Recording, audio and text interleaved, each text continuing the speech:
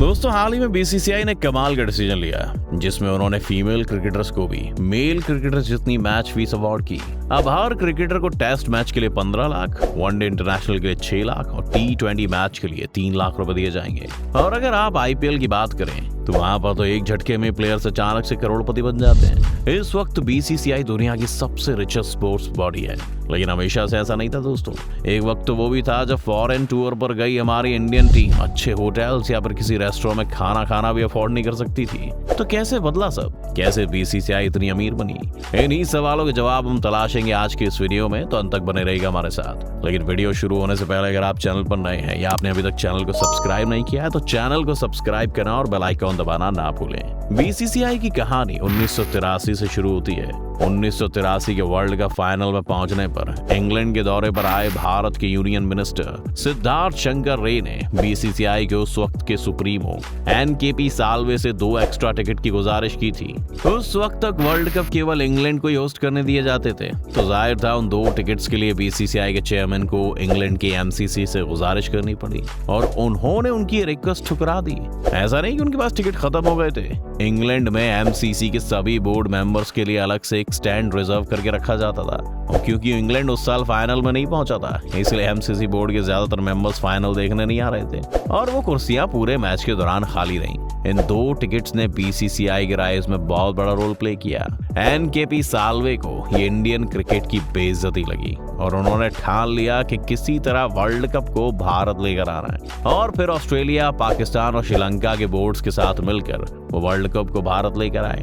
इस एक इंसिडेंट ने सबसे पहले तो इंग्लैंड की क्रिकेट की मोनोपोली को तोड़ दिया, लेकिन अभी भी एक प्रॉब्लम थी, पैसा तो अभी भी नहीं था। 1993 तक बीसीसीआई दूरदर्शन को हर मैच को टेलीकास्ट करने के लिए 5 लाख रुपए दिया करता था और बीसीसीआई की सारी कमाई टिकट बेचकर ही होती थी।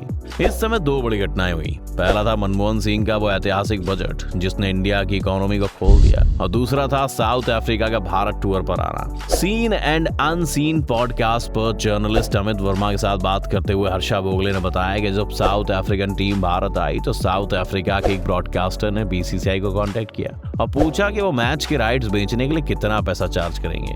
बीसीसीआई के ऑफिशियल्स हैरान हो गए क्योंकि अब तक तो वो भारत में दूरदर्शन को पैसा दे रहे थे, लेकिन दूसरे देशों में ब्रॉडकास्टर क्रिकेट बोर्ड्स को पैसा दिया करते थे।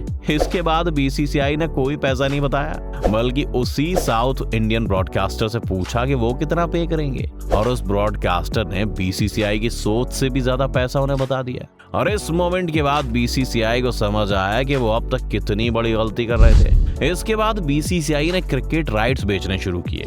इस पर एक केस भी हुआ जो बीसीसीआई ने 1995 में जीत लिया, और तब से यह तय हो गया कि बीसीसीआई जिसे चाहे अपने ब्रॉडकास्टिंग राइट्स बेच सकता है। वहीं दूसरी ओर लिबरलाइजेशन की वजह से पेप्सी जैसी कंपनीज भारत में आई।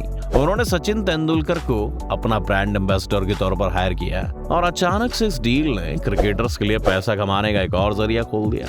अब तो आप देखेंगे कि हर दूसरी एड में कोई ना कोई क्रिकेटर ही होता है, लेकिन तब के लिए कोई नई बात थी। उस दौर से आज कितना बदलाव आ गया है आप ये सिर्फ इसी बात से समझ सकते हैं कि विराट कोहली और पूमा के बीच में कुछ साल पहले 100 करोड़ रुपए की एंडोर्समेंट डील हुई है। पूरी बीसीसीआई का बजट एक जमाने में 1 करोड़ से कम था, और आज अकेले विराट कोहली सिर्फ एक ब्रांड से 100 करोड़ रुपए कमा रहे हैं। खैर, अगर टीवी राइट्स पर वापस आए तो आज स्टार इंडिया भारतीय क्रिकेट टीम का हर एक मैच दिखाने के लिए 43.20 करोड़ रुपए बीसीसीआई को देता है। 2019 से 2022 के बीच के आईपीएल के राइट्स खरीदने के लिए स्टार ने उन्हें 16,347 करोड़ रुपए दिए थे। यानी आज हर आईपीएल मैच के लिए बीसीसीआई को 54.50 करोड़ रुपए मिलते हैं। क्रिकेट में कमाई के तौर पर इंडिया और इंडियन फैंस के नंबर्स भी बहुत ज्यादा काम आते हैं। आज बीसीसीआई को आईसीसी की टोटल अर्निंग्स का 26% हिस्सा मिलता है, जो कि 3200 करोड़ रुपए के बराबर है। इस सब के अलावा अगर हम एक और चेंज देखें तो 80 के दशक में जर्सीज पर कोई स्पॉन्सर नहीं होते थे, लेकिन आज तो हेलमेट छोड़कर लगभग हर जगह ऐसा लगता है कि कोई ना कोई स्पॉन्सर लगा ही हुआ है। और क्योंकि भारत में क्रिकेट की व्यूअरशिप इतनी ज्यादा है, इसलिए स्पॉन्सर्स को भी ज्यादा पैसे देने पड़ते हैं। अब चलते हैं आईपीएल की ओर, जो आज बीसीसीआई की सबसे बड़ी मनी मेकिंग मशीन के तौर पर देखा जाता है। 2017 के एक आंकड़े के हिसाब से उस साल आईपीएल ने सिर्फ स्पॉन्सरशिप के पैसे से ही 8,000 करोड़ से ज्यादा कमाए थे। इसमें एक बड़ा रोल टाइटल स्पॉन्सर्स का भी है। आपने देखा होगा कि कैसे आईपीएल, डीएलएफ आईपीएल से पेप्सी आईपीएल हुआ, फिर बीओ आईपीएल, और फिर कुछ वक्त के लिए ड्रीम 11 ने भी इन्हें स्पॉन्सर किया। आईपीएल के पहले 5 साल डीएलएफ ने आईपीएल को 200 करोड़ रुपए दिए, जिसके बाद पेप्सी से आईपीएल की डील 329 करोड़ में हुई।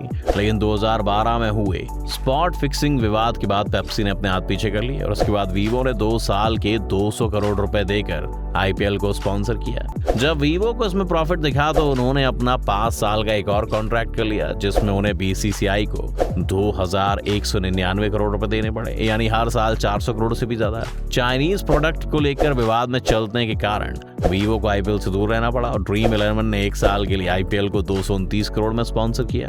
इस डील का भी 40% हिस्सा बीसीसीआई अलग अलग टीम्स को बांट देता है और बाकी अपने पास रखता है। इसके अलावा अगर आप मर्चेंडाइज जैसे कि आईपीएल या फिर टीम इंडिया जर्सीज को देखेंगे तो इनका टोटल मार्केट 2020 में 1,12,000 करोड़ का है और 2023 में बढ़कर 1,68,000 करोड़ का हो जाएगा। एक इंटरेस्टिंग फैक्ट ये है कि इसमें से ज्यादातर कमाई अभी मेंस वेयर प्रोडक्ट से हो रही है। सोचिए जिस हिसाब से विमेंस क्रिकेट की पॉपुलैरिटी बढ़ रही है और जैसे जैसे विमेंस आईपीएल और बाकी तरह के फीमेल टूर्नामेंट लॉन्च किए जा रहे हैं, अगर ये भी अगले 5 से 10 साल में तेजी पकड़ लेते हैं तो अचानक से बीसीसीआई की गाड़ी को धक्का देने वाले फिर एक नहीं 2 इंजन हो जाएंगे, जो कि उन्हें और भी प्रॉफिटेबल बना सकता है। ये भी एक वजह है कि बीसीसीआई ने विमेंस क्रिकेट में भी इन्वेस्टमेंट करना शुरू कर दिया है। बीसीसीआई को कभी कभी इंटरनेशनल टीम्स अपने इस बिजनेस मॉडल के लिए काफी क्रिटिसाइज भी किया करती थी और भारत में भी क्रिटिसिज्म कम नहीं है। आपको कई लोग ये कहते हुए मिल जाएंगे कि आईपीएल या फिर T20 क्रिकेट की वजह से टेस्ट मैच क्रिकेट को खत्म किया जा रहा है या फिर अब क्रिकेटर सिर्फ पैसे के लिए खेल रहे हैं। इसमें एक मजेदार फैक्ट ये है कि आज T20 नहीं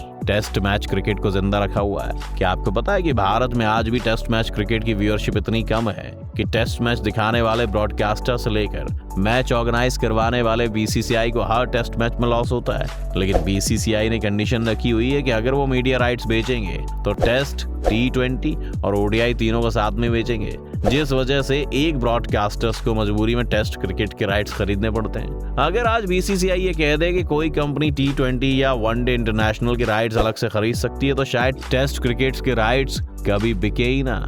बाकी देशों के जो क्रिकेट बोर्ड्स कभी बीसीसीआई को कोसा करते थे उसमें भी उनका अपना स्वार्थ था, क्योंकि उनके प्लेयर्स कम पैसा मिलने के कारण फिर अपने बोर्ड की तरफ से नहीं खेल रहे थे और आईपीएल में आना ज्यादा पसंद करते थे। वेस्ट इंडीज क्रिकेट एक शानदार एग्जांपल है इसका। जितने भी वेस्ट इंडीज प्लेयर्स आज आईपीएल में खेलते हैं उनमें से बहुत कम ही उनकी इंटरनेशनल टीम के लिए खेल रहे हैं, क्योंकि आईपीएल उन्हें ज्यादा पैसा देता है। लेकिन अब दूसरे देशों ने भी बीसीसीआई को क्रिटिसाइज करना छोड़ दिया है, बल्कि अब वो आईपीएल से सीखने लगे हैं। वेस्ट इंडीज और ऑस्ट्रेलिया के अलावा बहुत सारे छोटे एसोसिएट नेशंस में भी अब T20 लीग्स आ गई हैं और अब तो साउथ अफ्रीका की भी T20 लीग शुरू हो जाएगी जो इन बोर्ड्स को भी फंड करेगी। आज बीसीसीआई एक बड़े बिजनेस मॉडल के रूप में दुनिया भर के सामने उभरा है और शायद इसके लिए हमें इन इंग्लैंड के लोगों को शुक्रिया करना चाहिए जिन्होंने अपनी अकड़ में हमें वो 2 टिकट नहीं दिए बस। आपको क्या लगता है, क्या इंडियन क्रिकेट में आया हुआ पैसा हमारे खिलाड़ियों को खराब कर रहा है या फिर हमारे लिए अच्छा है? अपनी राय में कमेंट्स में जरूर लिखें। उम्मीद है आपको आज की इस वीडियो से काफी कुछ नया सीखने को मिला होगा।